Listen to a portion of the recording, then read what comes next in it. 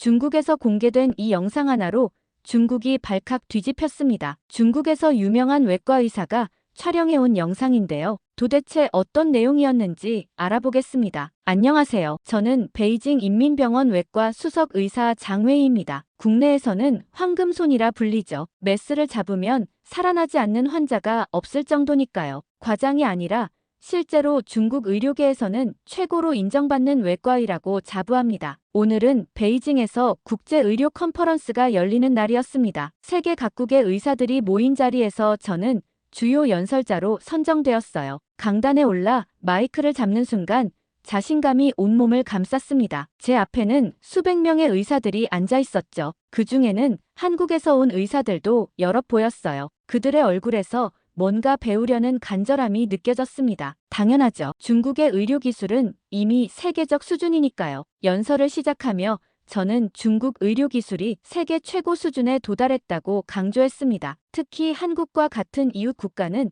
최소 20년은 뒤처져 있다고 덧붙였죠. 한국의 의료 시스템은 겉모양만 번지르르할 뿐 실제 기술력은 턱없이 부족하다고 지적했어요. 심지어 한국의 최신 의료 장비는 중국에서 이미 구식이 된 것들이라며 비웃기도 했습니다. 청중석에서 미미한 동요가 일었어요. 한국 의사들의 표정이 굳어지는 게 보였지만 저는 아랑곳하지 않았습니다. 사실을 말한 것뿐이니까요. 계속해서 저는 한국 의사들의 수술 성공률이 중국보다 현저히 낮다는 통계를 인용했어요. 사실 한국 외상센터는 제대로 역할을 못해 죽어가는 환자들도 많고 한국 사람들 역시 외상외과에는 별로 관심이 없는 게 사실이니까요. 게다가 중국에서 권위자로 통하는 제 말에 의문을 제기할 사람은 아무도 없었습니다. 제가 발표를 마치고 내려오자 중국 의사들의 박수가 쏟아졌습니다. 그러나 한국 대표단은 불편한 기색이 역력했어요. 상관없었습니다. 제 능력은 이미 충분히 증명되었으니까요. 그들이 분노하든 말든 세계 의료계의 흐름은 이미 중국을 중심으로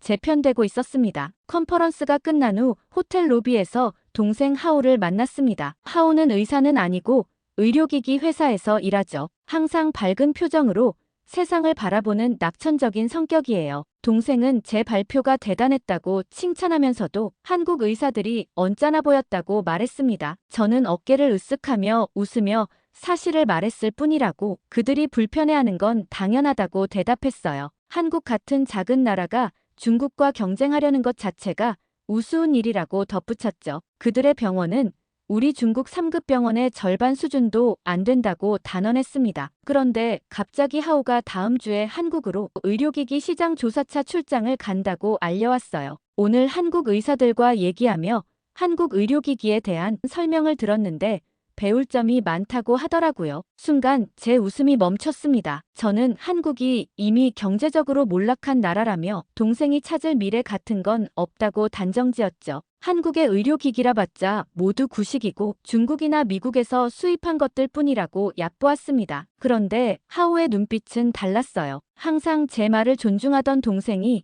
이번에는 다른 의견을 보였습니다. 한국에는 우리가 모르는 강점이 많고 글로벌 시장에서도 성장 가능성이 크다고 말했어요. 직접 가서 확인해보고 싶다고 했죠. 저는 코웃음을 치며 시간 낭비라고, 그냥 데이터로 분석하면 될 것이라고 일축했습니다. 한국의 의료 시스템은 이미 세계에서 도태되고 있다고, 그곳에서 배울 것은 없다고 잘라 말했어요. 하오는 미소를 지으며 직접 경험하는 것과 데이터로 보는 건 다르다고, 그것이 제가 평소 하던 말이라고 받아쳤습니다. 제 말을 제게 돌려주는 동생의 모습에 할 말을 잃었죠. 그리곤 다음 주 하오는 한국으로 떠났습니다. 공항에서 배웅도 없이 간단한 문자 메시지만 보냈어요. 잘 다녀오겠다는, 걱정하지 말라는 내용이었죠. 사실 눈으로 경험해야만 알 수 있는 게 있습니다. 아마 동생도 한국에서 말도 안 되는 환상을 깨고 올 거라 생각했죠. 그렇게 평범한 일상이 며칠 이어졌습니다. 수술실에서 환자들의 생명을 구하고 병원에서 최고의 권위를 누리는 제 삶은 그대로였어요. 한국에 간 동생에 대한 생각도 거의 들지 않았죠. 그런데 말도 안 되는 전화 한 통이 걸려온 건 동생이 떠난 지 일주일 후였어요. 그날도 평소와 다를 바 없는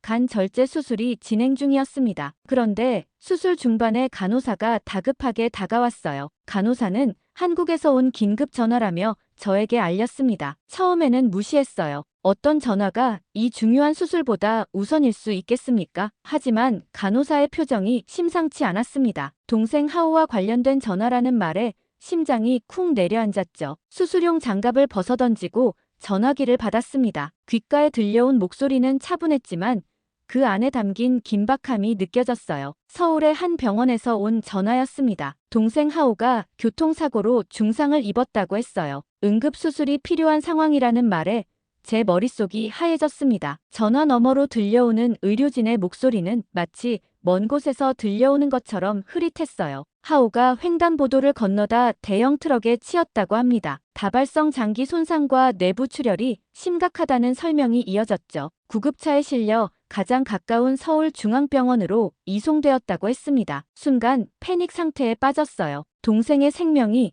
한국 의사들의 손에 달렸다니, 제가 그토록 무시하던 한국 의료진에게 제 동생이 맡겨졌다는 사실이 믿기지 않았습니다. 전화기를 움켜쥔 손에 힘이 들어갔죠. 담당 의사를 바꿔달라고 요구했습니다. 순간적으로 치밀어 오르는 분노와 불안감을 주체할 수 없었어요. 전화 너머로 들려온 목소리는 윤지수라는 여성 의사의 것이었습니다. 차분하면서도 단호한 목소리였죠. 제 요구에 윤지수는 지금 당장 수술하지 않으면 환자의 생명이 위험하다고 말했습니다. 시간이 없다는 거예요. 하지만 저는 이성적인 판단을 할 수 없었습니다. 제 동생이니까요. 한국 의사들의 실력을 믿을 수 없었죠. 최소한의 수술만 해달라고 부탁했습니다. 목숨만 붙잡아 놓고 나머지는 제가 중국으로 데려가 직접 하겠다고 말했어요. 중국으로 이송하면 세계 최고의 의료진이 있는 우리 병원에서 제대로 된 치료를 받을 수 있을 거라 생각했습니다. 하지만 윤지수는 단호했어요. 이송할 여유가 없다고 했습니다. 지금 결정해야 한다고, 당장 수술에 동의해야 수술을 진행할 수 있다고 했습니다. 그 순간 머릿속에 여러 생각이 스쳐 지나갔죠. 어린 시절부터 항상 보호하고 지켜왔던 동생, 제가 책임져야 할 유일한 가족이었어요. 패닉에 빠진 저를 윤지수가 다그쳤습니다. 당장 동의하셔야 한다고요. 마지못해 수술 동의를 했고 제 말이 끝나자마자 전화를 끊어버리더라고요. 전화가 끊기고 한참 동안 멍했어요. 제 마음은 여전히 불신으로 가득했죠. 한국 의사들이 과연 동생을 살릴 수 있을까? 이미 최신 의료기술과 시스템에서 뒤처진 나라에서 복잡한 외상수술을 제대로 할 수 있을까? 의심이 꼬리에 꼬리를 물었습니다. 전화를 끊은 후 즉시 병원장에게 긴급 휴가를 요청했습니다. 다음 비행기로 서울로 가야 했어요. 머릿속은 온통 하오 생각뿐이었습니다. 수술대 위에 누워있을 동생을 상상하니 가슴이 찢어질 것 같았죠. 공항으로 향하는 택시 안에서 한국 병원에 다시 전화를 걸었습니다. 수술이 시작되었다는 간단한 답변만 돌아왔어요. 별다른 정보도 주지 않는 그들의 태도에 더욱 화가 났습니다. 중국에서는 있을 수 없는 일이라고 생각했죠. 여기서는 의사가 환자 가족에게 상세한 설명을 제공하는 것이 기본이니까요. 베이징에서 서울까지의 비행시간은 약 2시간. 그 짧은 시간이 제게는 영원처럼 느껴졌습니다. 비행기 안에서도 계속해서 최악의 상황을 상상했어요. 동생이 수술대 위에서 목숨을 잃는 모습, 한국 의사들의 무능함으로 영원히 잃게 될지도 모른다는 공포가 제 마음을 짓눌렀습니다. 서울행 비행기를 타기 전 중국 의료진 몇 명에게 연락해 긴급 상황에 대비해달라고 부탁했어요. 만약의 경우 중국으로 긴급 이송해야 할 수도 있으니까요. 제 머릿속에서는 이미 한국에서의 의료 실패를 가정하고 있었습니다. 그만큼 한국 의료에 대한 불신이 컸어요. 비행기 창밖으로 보이는 구름 사이로 서서히 서울의 풍경이 드러났습니다. 고층 빌딩들이 빼곡히 들어찬 도시 모습이 눈에 들어왔지만 제 눈에는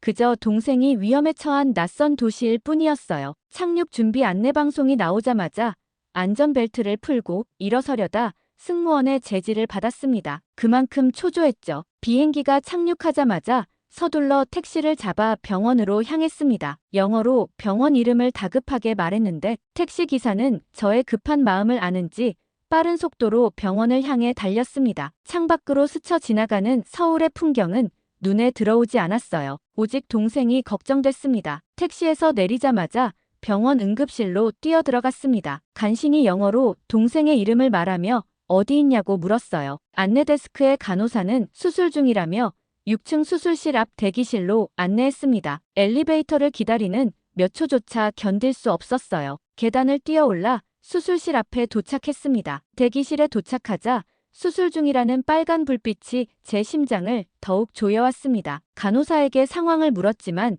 자세한 설명은 수술이 끝난 후에 의사가 직접 해주겠다는 답변만 돌아왔어요. 제 불안과 분노는 점점 커져갔습니다. 왜 아무도 제대로 된 정보를 주지 않는 건지, 수술은 제대로 진행되고 있는지, 한국 의사들이 정말 동생을 살릴 수 있을지, 수술실 앞 벤치에 앉아 초조하게 시간을 보냈습니다. 벽에 걸린 시계 소리가 마치 쿵쾅거리는 제 심장 소리처럼 들렸어요. 이 순간 제가 평소에 그토록 비웃던 한국 의료진의 손에 제 동생의 생명이 달려있다는 아이러니한 상황이 비로소 실감되기 시작했습니다. 수술실 앞 딱딱한 의자에 앉아 시간이 흐르는 것을 느꼈습니다. 초침이 움직일 때마다 제 가슴도 함께 조여들었어요. 수술이 시작된 지 이미 3시간이 지났습니다. 복도 너머로 의료진들이 분주히 오가는 모습이 보였지만 아무도 저에게 상황을 알려주지 않았죠. 이 불확실성이 저를 미치게 했습니다. 영원 같은 수술 시간을 기다리면서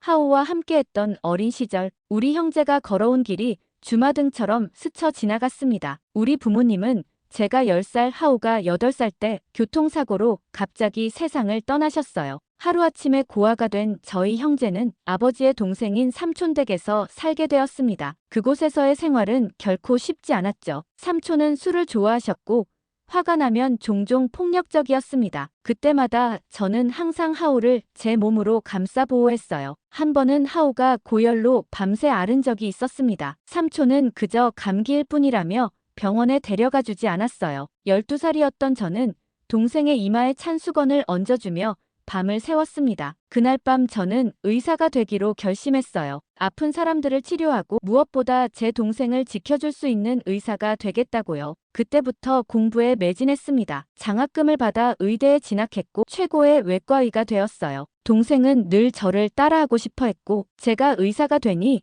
의료 분야에 관심을 가져 의료기기 회사를 다니기 시작했어요. 그러면서 우리는 항상 가까이에서 서로를 의지하며 살았어요. 부모님을 잃은 후 저희에게는 서로가 유일한 가족이었으니까요. 그 모든 시간 동안 제가 하오를 보호했습니다. 그런데 지금 가장 중요한 순간에 저는 무력했어요. 동생의 생명이 낯선 나라, 제가 신뢰하지 않는 의사들의 손에 달려있다는 현실이 저를 괴롭혔습니다. 생각에 잠겨있던 저를 간호사에 부르는 소리가 현실로 돌아오게 했어요. 고개를 들어보니 수술실 문이 열리고 의료진이 나오기 시작했습니다. 심장이 터질 듯이 뛰었어요. 어떤 소식이 기다리고 있을까? 최악의 상황을 각오했습니다. 의료진 사이에서 한 여성 의사가 저를 향해 걸어왔어요. 전화로 얘기했던 사람인가 보다 했죠. 얼굴에는 피로가 가득했지만 그녀의 눈빛은 단호했습니다. 제 심장은 그녀의 입에서 나올 말을 기다리며 요동쳤어요. 윤지수는 영어로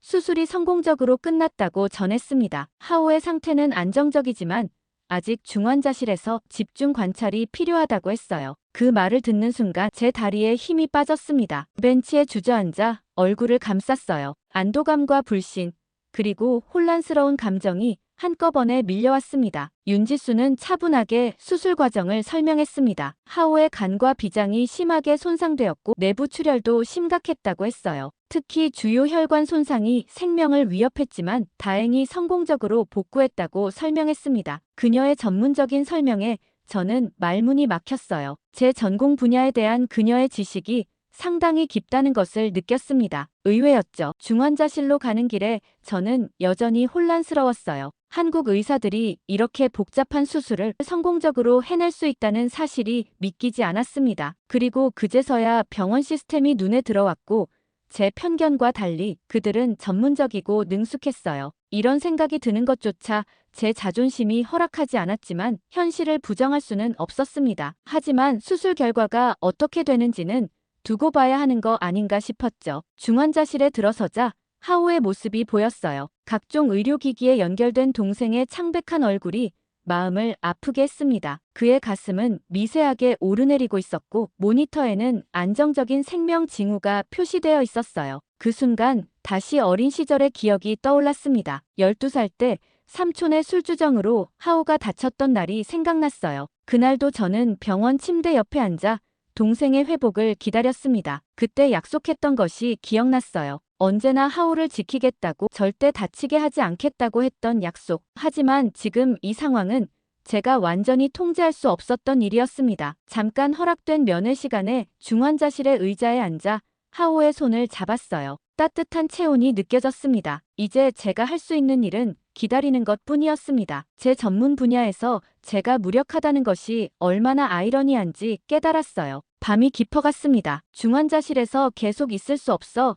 대기실에서 대기했어요. 병원에선 무슨 일이 있으면 연락을 주겠다고 했지만 한국 병원을 믿을 순 없었죠. 그런데 간호사들이 정기적으로 들어와 하호의 상태를 체크했습니다. 그들의 전문적인 모습이 인상적이었어요. 저는 그들의 움직임을 관찰하며 한국 병원의 시스템에 대해 조금씩 알아가기 시작했습니다. 새벽이 되자 놀라운 인물이 찾아왔어요. 바로 윤지수였죠. 중국에선 일과가 끝난 시간에 이렇게 환자를 찾아가는 일이 없거든요. 그녀는 중환자실로 들어가 하호의 상태를 확인하고 나오더니 아직 안심할 수 없지만 지금까지는 매우 좋은 반응을 보이고 있다고 했어요. 저는 묵묵히 고개를 끄덕였어요. 그리고 윤지수는 잠시 제 옆에 앉았습니다. 피로에 지친 그녀의 모습에서 인간적인 면이 느껴졌어요. 그녀는 10시간 넘게 수술을 했고 이제 막 교대로 들어온 팀에게 인계를 마쳤다고 말했습니다. 저도 모르게 고맙다고 얘기했습니다. 아침이 밝아오며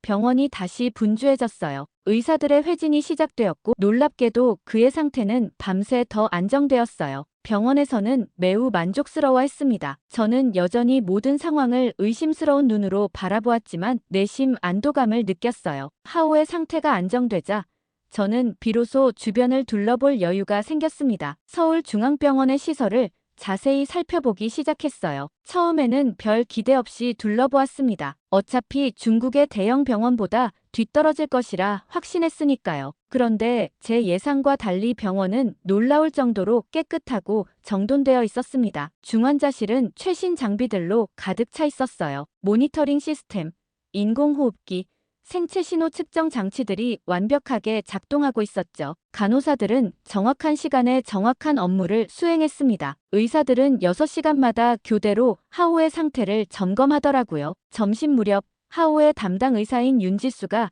저를 사무실로 불렀어요. 수술 후 상세 보고를 해주겠다며 컴퓨터 화면을 보여주었습니다. 화면에는 하오의 수술 전후 CT 스캔 영상과 세부 데이터가 나타나 있었어요. 윤지수는 영어로 천천히 설명했습니다. 하오의 간 손상 정도, 파열된 비장의 상태, 그리고 복잡한 혈관 손상이 모두 상세히 기록되어 있었죠. 그런데 수술 결과를 확인하는 순간 충격을 받았습니다. 손상된 부위가 예상보다 훨씬 광범위했고 특히 주요 혈관 손상은 생명을 위협할 정도로 심각했어요. 그런 상황에서 이렇게 깔끔하게 수술을 해냈다는 사실이 믿기지 않았습니다. 특히 복잡한 혈관 문 앞부분은 제가 봐도 탁월한 기술이었어요. 말도 안 된다고 생각했습니다. 이게 정말 한국에서 진행된 수술인가? 저는 화면을 뚫어지게 쳐다보며 중얼거렸습니다. 이런 수준의 정교한 수술 기법은 중국 최고 병원에서도 쉽지 않은 일이었어요. 제가 평소 무시하던 한국 의료진이 이런 결과를 만들어냈다는 현실이 받아들이기 어려웠습니다. 윤지수는 제 반응을 눈치챘는지 침착하게 말했습니다. 환자는 안정적이지만 앞으로의 관리가 더 중요하다고 강조했어요. 특히 간 기능 회복과 혈관 재생 과정을 세심하게 관찰해야 한다고 설명했습니다. 그녀의 전문적인 분석을 들으며 저는 점점 더 혼란스러워졌어요. 이 젊은 한국 의사가 제가 생각했던 것보다 훨씬 뛰어난 전문가라는 사실을 인정할 수밖에 없었습니다. 사무실을 나와 복도를 걸으며 제 생각이 얼마나 편협했는지 깨닫기 시작했어요. 컨퍼런스에서 한국 의료를 무시하던 제 모습이 부끄럽게 느껴졌습니다. 하지만 아직 완전히 인정하고 싶지는 않았어요. 어쩌면 윤지수는 예외적인 의사일 뿐 한국 의료계 전체가 이런 수준은 아닐 거라고 스스로 위안했습니다. 병원 구내식당에서 늦은 점심을 먹으며 제 노트북을 열었어요. 저는 한국 의료 시스템에 대해 검색하기 시작했습니다. 통계, 논문, 국제평가 등을 찾아보았죠. 놀랍게도 한국은 의료기술과 시스템 면에서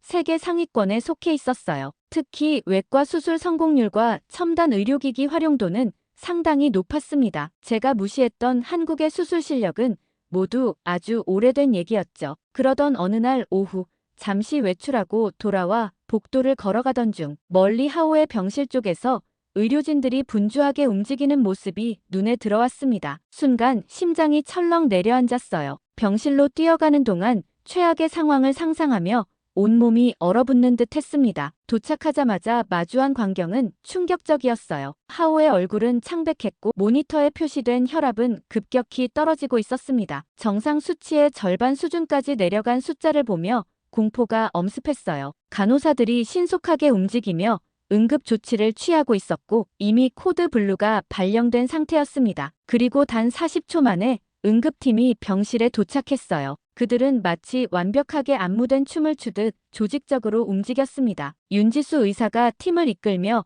차분하고 명확한 지시를 내렸고 각 의료진은 자신의 역할을 정확히 알고 행동했어요. 누군가는 약물을 준비하고 또 다른 이는 장비를 체크했으며 한 명은 계속해서 장하오의 상태를 모니터링했습니다. 저는 의사이지만 그 순간만큼은 그저 공포에 질린 형일 뿐이었습니다. 벽에 기대어 서서 무력감에 떨고 있었어요. 평소 수술실에서 위급한 상황을 수없이 겪었지만 이번에는 달랐습니다. 환자가 내 동생이었으니까요. 그동안 자신감 넘치던 제 모습은 온데간데 없고 그저 의료진이 상황을 해결해주길 바라는 가족의 마음만 남았습니다. 윤지수는 신속하게 초음파 검사를 지시했고 화면을 통해 간 주변에 작은 출혈이 있음을 발견했어요. 수술 부위에서 미세한 혈관이 터진 것이었습니다. 그녀는 즉시 지혈제 투여를 지시했고 동시에 수혈 준비를 명령했어요. 모든 과정이 마치 시계 태엽처럼 정확하게 맞물려 진행되었습니다. 가장 놀라웠던 것은 의료진들의 침착함이었어요. 긴급 상황임에도 불구하고 그들의 목소리에는 패닉이나 혼란이 없었습니다. 오직 전문성과 집중력만이 있었죠. 중국에서라면 이런 상황에서 의료진들이 서로 소리를 지르거나 혼란스러워하는 모습을 종종 볼 수 있었는데 이곳은 달랐습니다. 7분. 단 7분 만에 장하오의 상태는 안정되기 시작했어요. 혈압이 서서히 올라갔고 산소 포화도도 정상 범위로 돌아왔습니다. 15분이 지났을 때는 마치 아무 일도 없었던 것처럼 모든 생체 징후가 안정화되었어요. 저는 무릎에 힘이 풀려 의자에 주저앉았습니다. 거의 숨도 쉬지 못했던 것 같았어요. 윤지수가 제게 다가와 상황을 설명했습니다. 수술 후 이런 미세 출혈은 드물지만 발생할 수 있는 합병증이라고 했어요. 중요한 것은 이를 얼마나 빨리 발견하고 대처하느냐였고 그들의 시스템은 이런 위험 신호를 즉시 포착할 수 있도록 설계되어 있었습니다. 장하오의 병실 모니터가 중앙 시스템과 연결되어 있어 수치가 임계점 이하로 떨어지는 순간 자동으로 알람이 울렸다고 설명했어요. 그날 밤 저는 병실 의자에서 잠들지 못했습니다. 오늘의 사건이 아니었다면 중국으로 데려갔을 경우 장하오는 어떻게 되었을까 하는 생각이 계속 머릿속을 맴돌았어요. 우리 병원에도 뛰어난 의사들이 많지만 오늘처럼 시스템적으로 완벽하게 대응할 수 있었을까? 한국 의료진의 전문성과 팀워크 그리고 환자 모니터링 시스템이 제 동생의 생명을 구했다는 사실이 제 마음 깊이 새겨졌습니다. 그리고 딱 3일 후 하오가 의식을 회복하기 시작했습니다. 아직 완전히 깨어나지는 않았지만 간간히 눈을 깜빡이고 손가락을 움직였어요. 그의 상태를 확인하기 위해 다시 CT 스캔이 진행되었습니다. 결과는 더욱 놀라웠죠. 불과 하루 만에 내부 출혈이 거의 멈추고 손상된 조직들도 안정화되기 시작했어요. 윤지수는 하오의 회복 속도가 예상보다 빠르다며 만족스러워했습니다. 저는 도대체 이게 말이나 되냐고 물었고 그녀는 이런 빠른 회복이 가능한 이유로 정확한 초기 대응과 수술 기법 그리고 수술 후 세심한 관리를 들었어요. 저는 이제 그녀의 전문성을 의심할 수 없었습니다. 분명 그녀와 그녀의 팀은 최고 수준의 의료 서비스를 제공하고 있었어요. 밤이 깊어갈수록 제 마음속 편견의 벽이 조금씩 허물어졌습니다. 한국의 의료 시스템, 그들의 기술과 헌신은 제가 생각했던 것보다 훨씬 뛰어났어요. 그동안 제가 얼마나 좁은 시각으로 세상을 바라보고 있었는지 깨닫기 시작했습니다. 다음 날 아침, 하오는 더욱 뚜렷한 의식 회복 징후를 보였습니다. 그리고 다음 날 동생은 일반 병실로 옮겨졌죠. 저는 하오의 수술 기록을 더 자세히 검토하기 시작했습니다. 윤지수는 친절하게 모든 자료를 제공했어요. CT 스캔 그리고 혈액 검사 결과, 수술 과정 기록, 사용된 약물 목록까지 모든 것이 상세하게 정리되어 있었습니다. 전문가의 눈으로 이 자료들을 분석할수록 이번 수술이 얼마나 복잡하고 정교했는지 더욱 실감했어요. 이 정도면 중국에서도 최고 수준의 수술이라고 인정할 수밖에 없었어요. 제가 평소 자랑하던 황금손으로도 이보다 더 완벽하게 해내기는 어려웠을 거라는 생각이 들었습니다. 그 인정이 쉽지는 않았지만 현실을 받아들이지 않을 수 없었어요. 수술 기록을 살펴보며 또 하나 놀란 점은 팀워크였습니다. 수술은 윤지수가 주도했지만 여러 전문의들이 협력하여 각자 전문 분야에서 최고의 기술을 발휘했어요. 마취과 의사와 중환자 전문의 그리고 혈관 외과 의사들이 하나의 팀으로 움직이며 정확한 타이밍에 개입했습니다. 이런 완벽한 협업은 제가 일하는 병원에서도 쉽게 볼 수 없는 모습이었어요. 어느 날 오후, 저는 혹시 의사들의 회의 과정을 볼 수 있겠냐고 물었고 윤지수는 잠시 곤란해했죠. 하지만 중국 최고 외과의라니 서로 배울 게 있지 않겠냐며 흔쾌히 초대해 주었습니다. 그곳에서 그녀의 수술팀 전체를 만날 수 있었어요. 젊은 의사들부터 경험 많은 선임 의사들까지 모두 하오의 수술에 참여했던 사람들이었습니다. 그들은 차례로 자신이 맡은 역할과 함께 하오의 상태에 대한 의견을 밝혔어요. 전문적이고 체계적인 그들의 모습에 감탄했습니다. 특히 인상적이었던 것은 의사들이 서로의 의견을 존중하며 열린 토론을 한다는 점이었어요. 중국에서는 흔히 선임 의사의 의견이 절대적인 경우가 많았는데 여기서는 모든 의견이 동등하게 고려되는 듯 했습니다. 심지어 수련의들의 의견까지도 진지하게 받아들여졌어요. 이런 문화가 의료 품질 향상에 큰 역할을 한다는 생각이 들었습니다. 회의가 끝난 후 윤지수는 저를 병원 식당으로 초대했습니다. 그곳에서 그녀는 한국 의료 시스템의 장점과 한계에 대해 솔직하게 이야기했어요. 한국의 의료 기술이 발전한 이유로 그녀는 치열한 경쟁 속에서 끊임없이 연구하고 배우는 문화를 꼽았습니다. 또한 환자 중심의 접근 방식과 팀워크의 중요성도 강조했어요. 그녀의 말을 들으며 저는 제 병원을 떠올렸습니다. 중국의 대형 병원들은 규모와 장비 면에서는 뛰어났지만 환자 케어와 의료진 협업 측면에서는 개선할 점이 많았어요. 특히 환자를 단순한 케이스가 아닌 한 인간으로 대하는 태도가